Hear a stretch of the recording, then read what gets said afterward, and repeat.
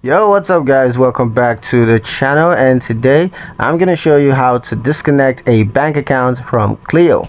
Now, if you've closed an account, changed banks, or simply want to remove a connection, Cleo makes it easy to unlink bank accounts securely. Before you begin though, disconnecting an account will stop Cleo from tracking its transactions, balances, or using it in savings goals. So take note of that.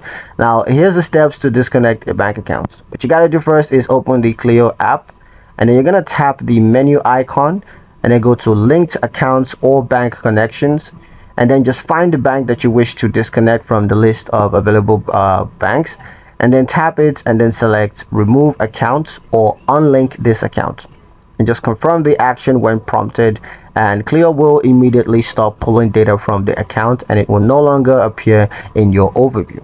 Now, optional, you can disconnect via Played if applicable. Now, if your account was linked through Played, you can also just visit the Played website. That's my.played.com, and then log in and select Cleo under connected apps, and then just click disconnect from there. So that's an option if your account was linked through Play.